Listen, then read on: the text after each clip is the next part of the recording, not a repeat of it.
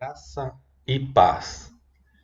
Viver experiências sobrenaturais em uma religião indica mesmo a ser verdadeira?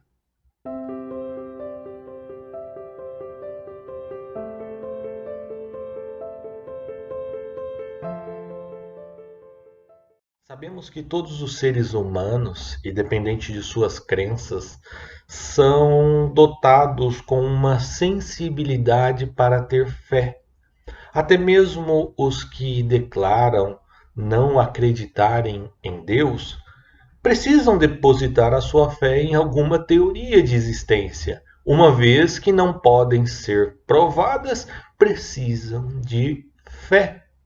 Agora, muitas das crenças podem proporcionar a seus adeptos experiências, como visões, sonhos, revelações, premonições, curas milagrosas, contato com os mortos, possessão de espíritos, regressões para os que creem na reencarnação, e as experiências é que faz muitas pessoas depositarem todas suas certezas e fé em um sistema de crenças.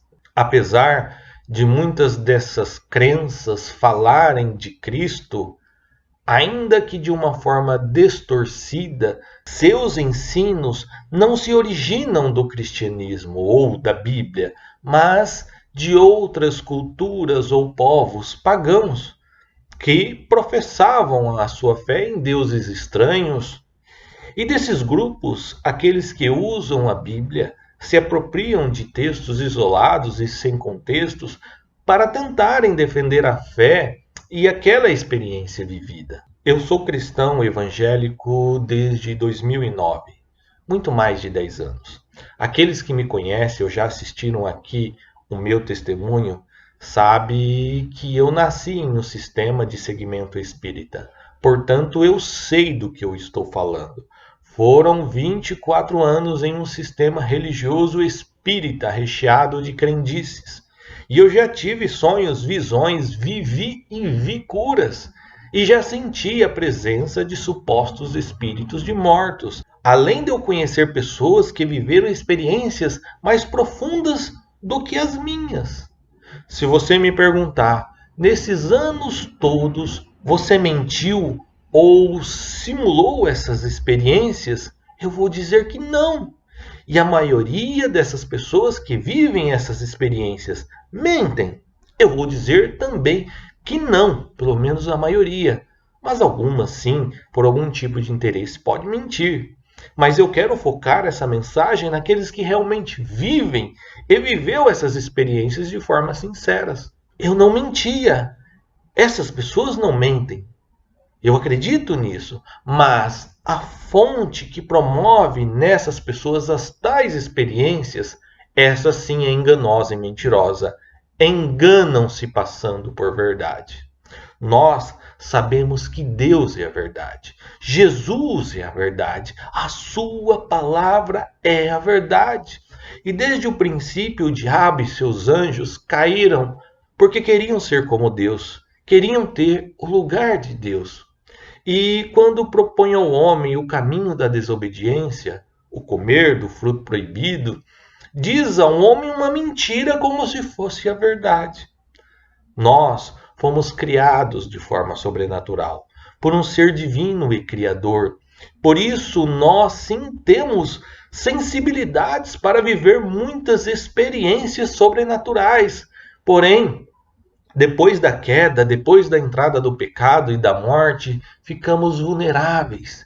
E o diabo se aproveita da fraqueza de muitos e investe nessa área a fim de enganar e mentir, para que muitos não voltem a se relacionar com Deus de forma verdadeira e sincera.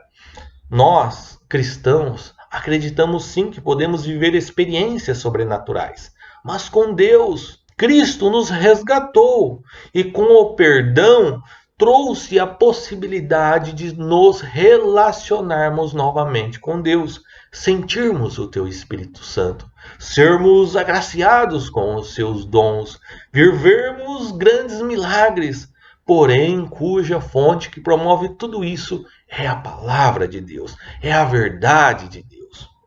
O apóstolo Paulo disse em 2 Coríntios, no capítulo 11, verso 14, e não é maravilha, porque o próprio Satanás se transfigura em anjo de luz.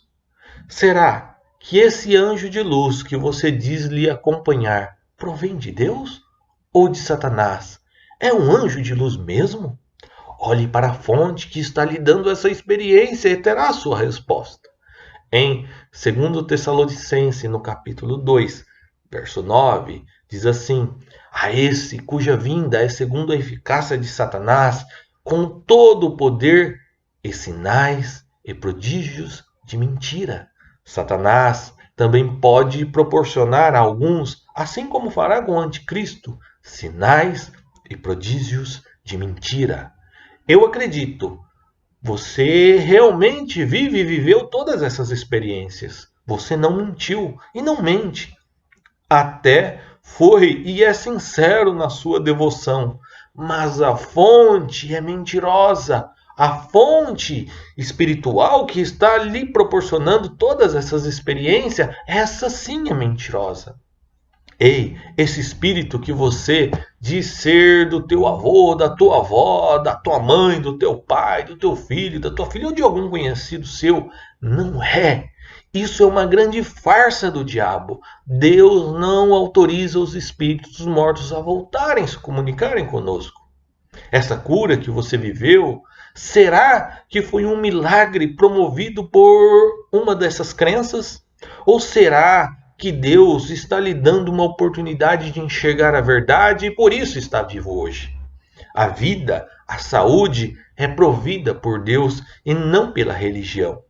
Outros ficam procurando saber quem foi em outras vidas para descobrir e entender as razões, significados e sentido para a vida. Eu lhe digo que toda razão e sentido e significado só podemos encontrar em Jesus. Você é único. A sua vida é uma. A sua oportunidade é hoje e agora de se render ao Senhor. Em João, no capítulo 7, verso 38, diz assim: quem crê em mim, disse Jesus, quem crê em mim, como diz a Escritura, rios de água viva correrão do seu ventre. Quer saciar toda a sua sede por verdade e preencher todo o vazio existencial e usar toda a sua sensibilidade de viver experiências com o sobrenatural? Só é possível quando você entrega a sua vida a Jesus e crer nele, como diz as Escrituras.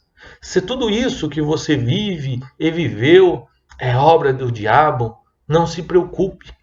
Em 1 João, no capítulo 3, verso 8, na parte B do versículo, diz assim: para isto o Filho de Deus se manifestou, para desfazer as obras do diabo.